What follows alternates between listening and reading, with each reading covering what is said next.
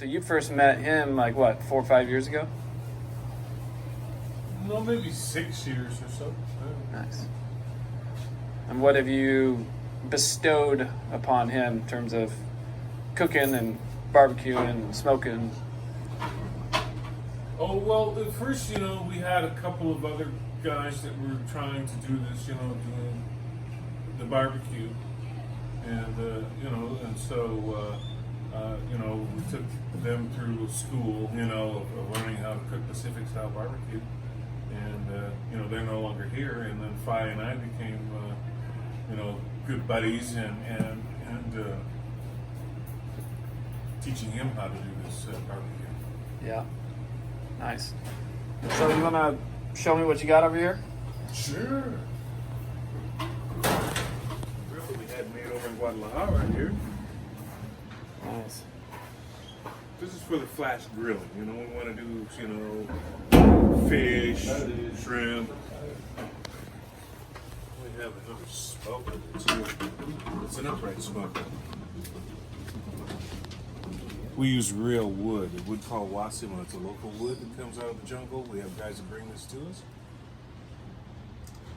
It burns hot and smoky. Is that your favorite type of wood then? Oh, it turns out it's better than a mesquite. It's better than a hickory, and it's also harder than those too. Burns longer. Burns longer, faster. Here's our new baby. Damn, how many racks can you fit in one of those? Well, in this one we can go up to 30, possibly more, depending on what size the racks are. Ours are commonly referred to as the Flintstone size. Right. Yeah. Nice. Looks like a pretty big setup. What's the most amount of racks you think you pumped out of here this year? Oh, the most we probably pumped out is probably close to 50 racks at one time. Not only the racks, we use also the pork bellies too, and so we smoke those. That would be kind of like the bacon meat. Right. Cool. Thank you. Hey, how you doing? Hey, fine. Good to see you. You look good, all pressed up. It's my regular uniform.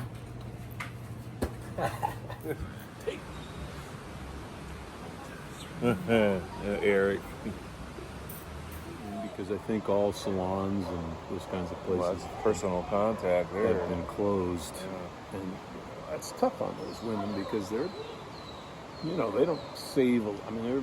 It's coming in and it goes out because they've got kids and they've got rent and they got food. They got the whole thing, I feel man, they did. we might be able to weather this for a month or two, but boy, I tell you, there's a lot of people that are already after a week or so just. I know.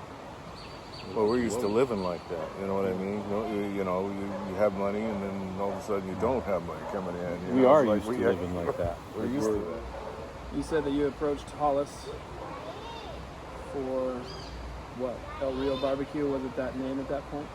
We'd already decided upon the name. I'd done a quick survey. I threw out about 4 or 5 names, friends and others, and everybody had an opinion, but what we settled on was El Rio BBQ Bar.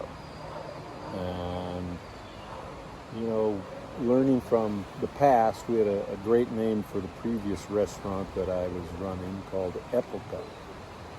But no one other than Mexicans could remember that name. So we wanted to go with something real simple that was easy to remember. Epoca means epoch. Like a period of time, which it was. So, but the whole concept here shifted, and it needed to shift.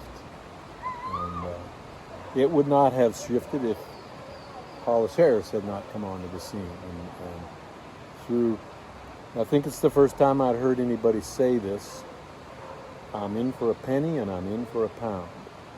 And that's sort of become his slogan over the last 9 years. So. For us youngins out there, what does that mean? I'm in 100%.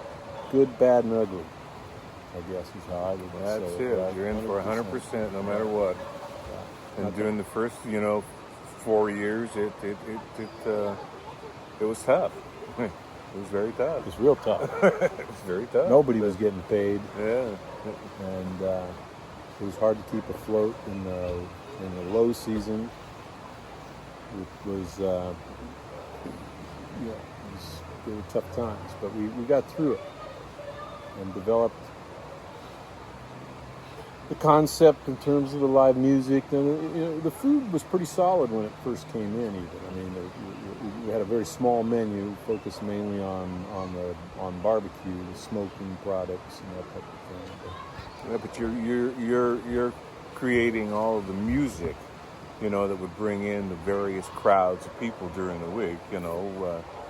From mid-age to a little older age groups of people. So, they loved it. I remember when we had to get a van to bring people down from the beach, to bring them up here. Yeah, for 2 years we ran a shuttle van that went down down by Vista del Sol and Molino del Agua, and when we first started doing music, we only did it on Fridays. And Bob so and Roberto. They had their fan base, and we would shuttle up a couple of van loads of people every day, and that was our biggest day. And then it was just, we might get a couple tables. There were days where nobody came up. Yeah. So just to introduce what we're doing here today, this is El Rio BBQ podcast / video interview, conversation, stories, history. And go ahead and introduce yourself. My name's Kyle Sinner. I'm Kurt Sinner's son. And you, Kurt Sinner, are what would you call yourself? Patron. The patron of El Rio BBQ. That's how I like to refer to myself. And Mr. Hollis Harris. Hollis Harris there, and I'm one of the creators of the Pacific Style Barbecue at El Rio here. Well, how'd you guys meet, and where'd you meet? Oh, years ago we met in Portland, Oregon at the Waterfront Blues Festival. We both worked there, and I had a booth that was there that was serving food at the south end where the main stage was for many, many years, and that was the start of a good friendship. Kurt used to always ask me to come down to Puerto Vallarta to see his restaurant, which was Epoca, was on the beach, and so I never really had that chance or opportunity to do that there, but when I got the invitation to come down and open El Rio with him, I didn't hesitate. It was like, okay, let's go. I worked from the get-go, really. And so he came down, and we spent about a month and a half getting this place set up and getting the menu in place. And we had our first smoker manufactured over in Guadalajara. We used a small portable smoker when we first started. Yeah. But then we had one manufactured in Guadalajara, stainless steel.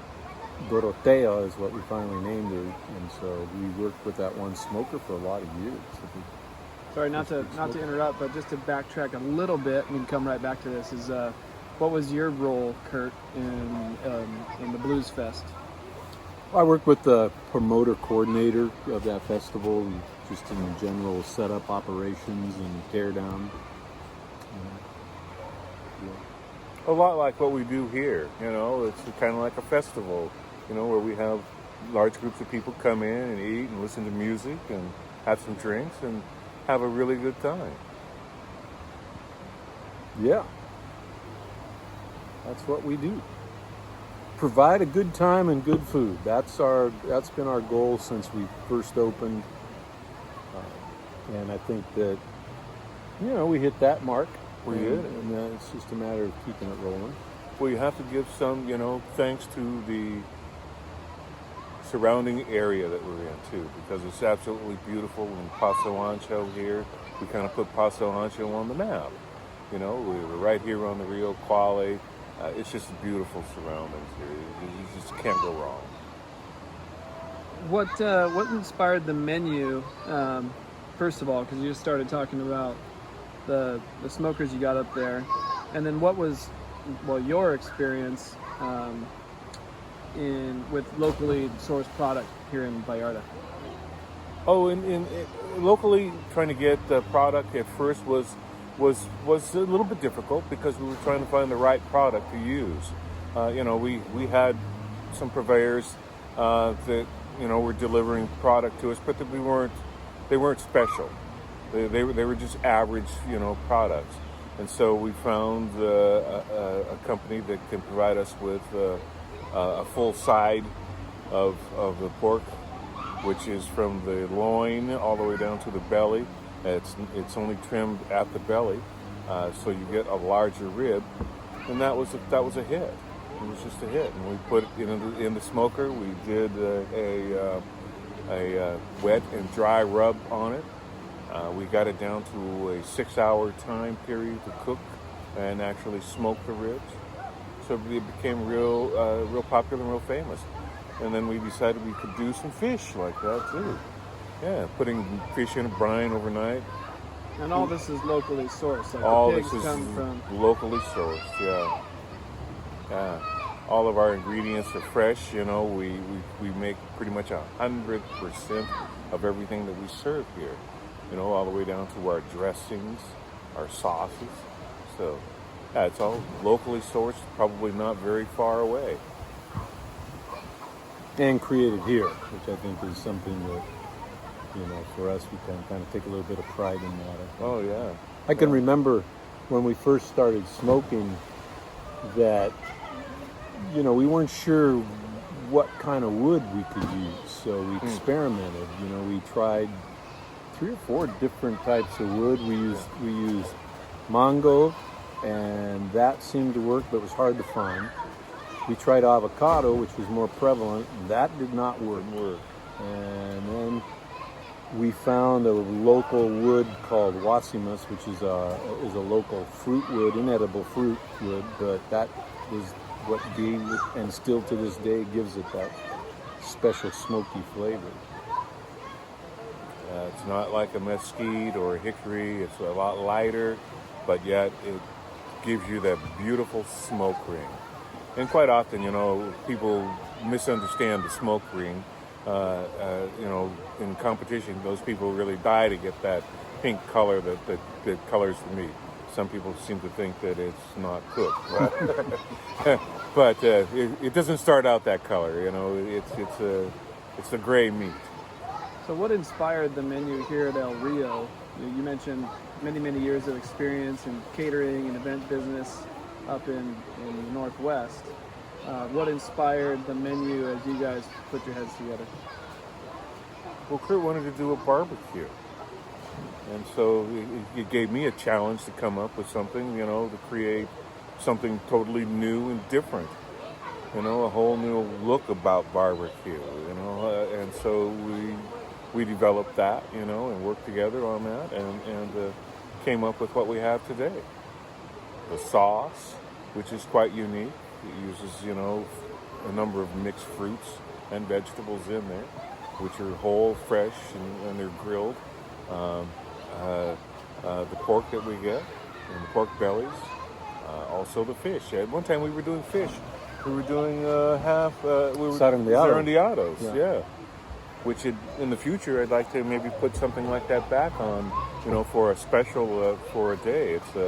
It's a whole filleted fish that's grilled with the chili sauce that we make up here. So beautiful. We had to move a little bit away from the obviously very fun river with some screaming little girls' audio interference. So we're back. Where were we? Talking about history. We're talking a little bit about the history of El Rio and how the barbecue came about here. And the only additional comment I would make is that it occurred to me early on that we couldn't move the kind of food that we had down at Epoch up here. And we had done a little bit of playing around with a small smoker. And a friend of mine, Joe Jack, who's the owner of Joe Jack's Fish Shack, came up here very early on. And I asked him a question. I said, Joe, if you were taking this place on, what kind of food would you put in here? And he looked at me and just goes, well, barbecue. You guys were already doing a little smoking down on the beach. Says that's what I'd try to put in here. And from that moment on, that was the focus. Nice. So I'm going to excuse myself. I've got a few things to do, and I know that you want to continue with Hollis, and so thanks for taking the time, Kyle Center, to put this together, and Of course. and we'll catch you on the flip side. Thanks. Alrighty, man. All righty, here we go. Yeah. Cheers. Cheers. Salud. Here we are in paradise. Here we are in paradise, in the jungle up there. Yeah. That's what a lot of people don't realize. Where we are. It is at the foot of the jungle. Yeah, right. Yeah. A little bit different from being a kid in the city in the 60s in Portland, Oregon. Oh, hell, whole bunch. Yeah. Although it does remind me a lot of Oregon and Portland too, because of the greenery and and the hills that are here too. So it is semi-familiar. So I'm going to go back a little bit as far as you want to go back, and tell me what it was like being a black kid in a white city in the 60s in Portland. Oh, for me, it wasn't that difficult. There were some times, but you have to stay strong and go about your business and go to school and play sports and hang out in the neighborhood and just have as much fun as you can. Were you born in Portland? I'm from Portland, Oregon. Yeah, up there. Long time. Cool. Well, where'd your passion for cooking come from? You talked about your mother and your father a little bit. Can you tell me a little bit more about? Well, the passion came from my father. My mother really wasn't a very good cook, so my father did. And so, with that, was big influence, of a male being able to cook and understand, lots of different styles of cooking. So that was a big influence for me. And Daddy did it for me. What's one of your first memories of being in the kitchen? Really, one of my first memories in the kitchen was probably in the 70s.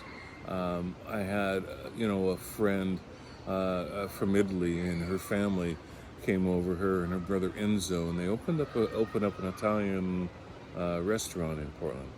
And so we were friends, and at that time, it was very difficult for them. And so, I kind of volunteered to go in and, help them out and work and also learn. Kathy went down to Louisiana and studied with Paul Prudhomme to increase her chef skills and the art of bronzing, blackening, and Cajun and Creole style cooking, along with Italian. And so I kind of learned from her, being in the kitchen and prepping and working the front. And kind of just as an intern, how old were you? Just as an intern, I was in my 20s, at that time. Then I had another friend, Awa, who he was a Korean, and he had a Korean Chinese restaurant. And I had also had an interest in that, so I'd go in and help him. And eventually he and I opened a wedding catering and a lot of large 400, 500, 600, 700 person caterings. We do Vietnamese weddings. So those are pretty elaborate, pretty expensive. But I learned a lot there too, which was fun, and a lot of techniques and styles of how to cook Korean and certain Chinese dishes. So that was an influence on me today, learning both of those, trying to incorporate, a lot of those spices and those flavors and some of those techniques in what we do today. That's great. Do you remember a moment where you're like, this is what I want to do? This cooking's my passion. Well, it was I think it was 1989. And 1989, started a catering business, in Portland, and it still exists today, but not as big and as strong as it was, because, I have other interests, now that I'm down here and up there, kind of like to retire a little bit there. from that, but I still do it. The first year was 1989, and I opened it up in April, and by the end of the season, which was October, November, December, I had a large concession kitchen and 4 or 5 employees. And so we were rolling pretty good. And we started out just doing, actually we did barbecue.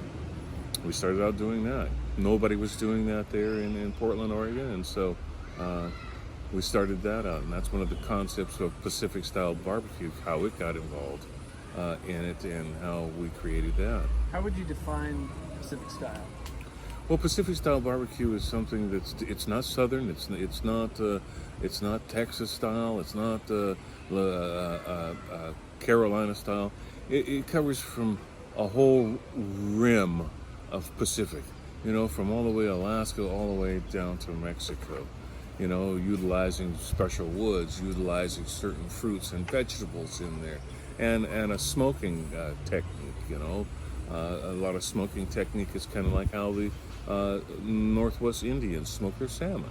So, there's a lot of fun aspects, from all of those worlds that we incorporate in Pacific style barbecue.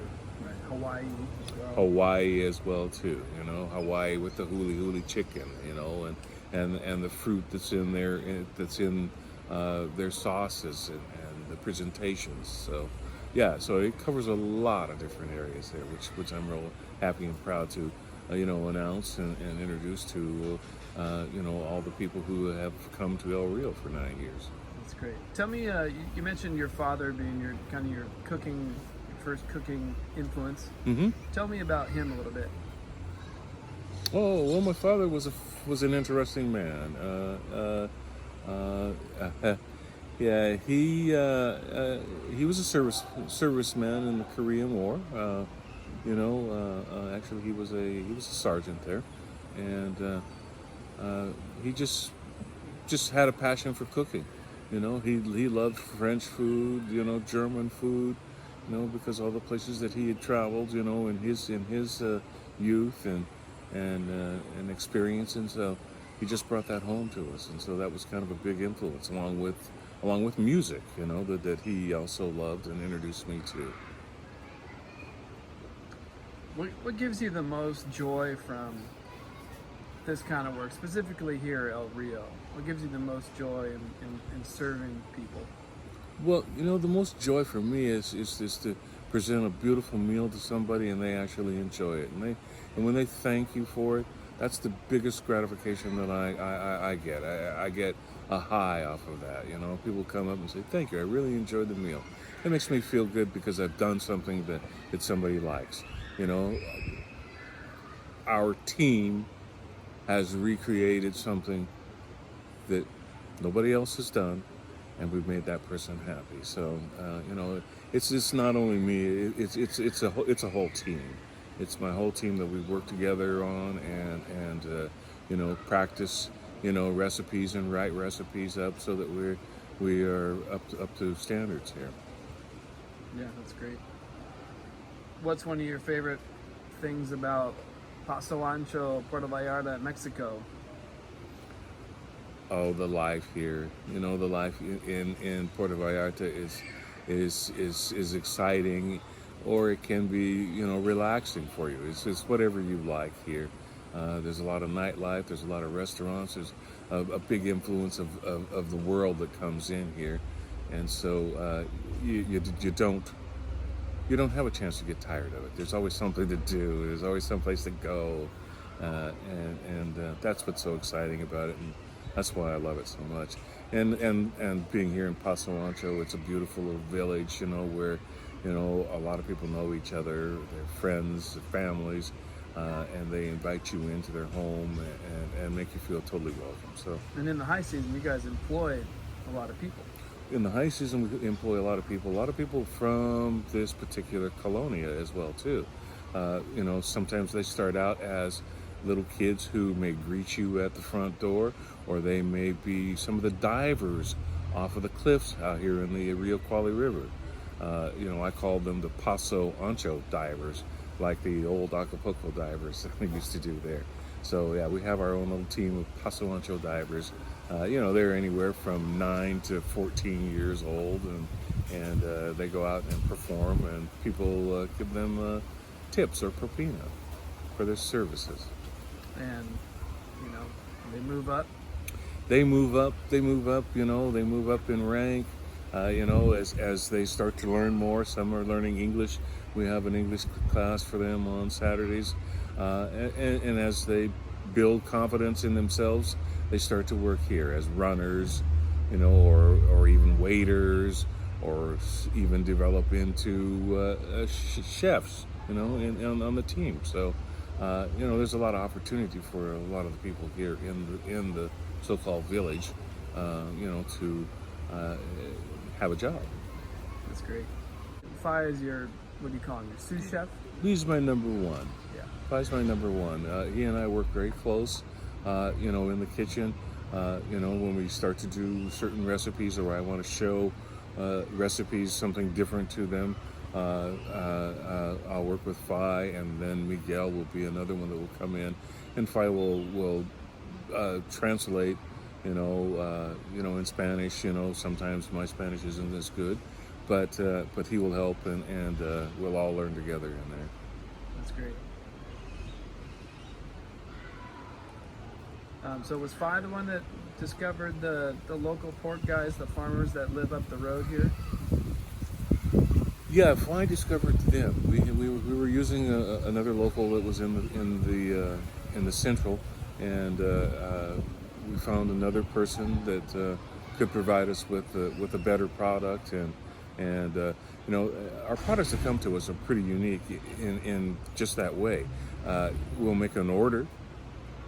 They'll come to us that afternoon or that morning. Not often frozen, mostly fresh every day. And we'll get 20, 30 slabs of ribs in every day, 20, 30 pork bellies, to cook every day. We'll get whole chickens and split them, and we'll probably have 30 chickens as well too. Nice. Yeah. So, not only that, we'll get 8-9 kilos of shrimp, prawns. We'll get 10 or 15 kilos of fish, which is fresh, and we'll fillet it out, or we'll put it in a brine and smoke it to make our beautiful smoked fish. Well, not to, you don't have to give away too many secrets, but in this new age of social distancing and home quarantine, I'm sure there's a lot of people out there that they may have a grill or a smoker even, or they could build their own type of thing. And what are some of the, maybe a couple of not secrets, but things that you would recommend if someone was just starting out experimenting with smoking meat? Well, what I would tell you is that right now we're offering to-go menu and delivery, so you can order it and not have to worry about that. We'll if you are in Vallarta. If you are in Vallarta. I wish that we could do it all over the world, but we're only in Vallarta, so that's an option for you there. Otherwise, one of the best things I could tell you to do is, depending on what type of product you have, is that you season it well. Dry rub? You could dry rub, wet rub, as long as you put some seasoning on it at first. Start out at room temperature, never do it cold. And if you use charcoal or gas, indirect, when I say indirect, that means putting your charcoal over to one side and then having your product on the other. Gas could do the same way too, but you're building a hotter fire for a longer period of time, so you would maybe grill a steak on that. But most of all, trust your equipment. Never cut or poke into your meat, because that will release the juices and it will be tough. But just trust your equipment. and I think you'll have a good product coming out. If you're brining something, use a 1-to-1 ratio, sugar to salt, and whatever else you'd like to put in there, whether it's peppers or juniper berries or whatever you may use, overnight, and then in a smoker there too. So those are just some quick tips. Great. You know, that will make it a lot easier for you if you are trying to grill, wood smoke, or barbecue. How do you know it's done? How do you know it's done? Well, there are two ways of knowing. With a thermometer, you know, anywhere between 135 would be medium rare, you know, to 145, 150 medium, and above would be well done. And also to touch. You know, when you touch it when it's raw, you know that feeling of it being raw, and anything from there on, Harder. It's harder, yeah. Harder and hotter. Yeah, that's it. Cool, man. Well, thanks for telling us, you know, a little bit of your story, and I'm sad to see you go tomorrow back to P-Town, and well, you get to go to the beach and hang out, so. Well, it'll be fun there too, but I'll miss it here, you know, because we were scheduled to be here for, you know, another month and a half, but due to certain circumstances, you know, we're here by ourselves and still loving it. Doing comida para llevar. That's it. That's it. Food to go, guys. So Food to go. go to our website. We'll definitely have those links up there. Facebook and everything has all the links to food to go. And if you're watching right now, give a big hug to Hollis because he's heading home. Thanks, guys. And, you know, I really look forward to seeing you back here the next season. I'd love to greet you and come and show you what we do. So thanks for all your support and all your help and all your love. Cheers, bud. Cheers.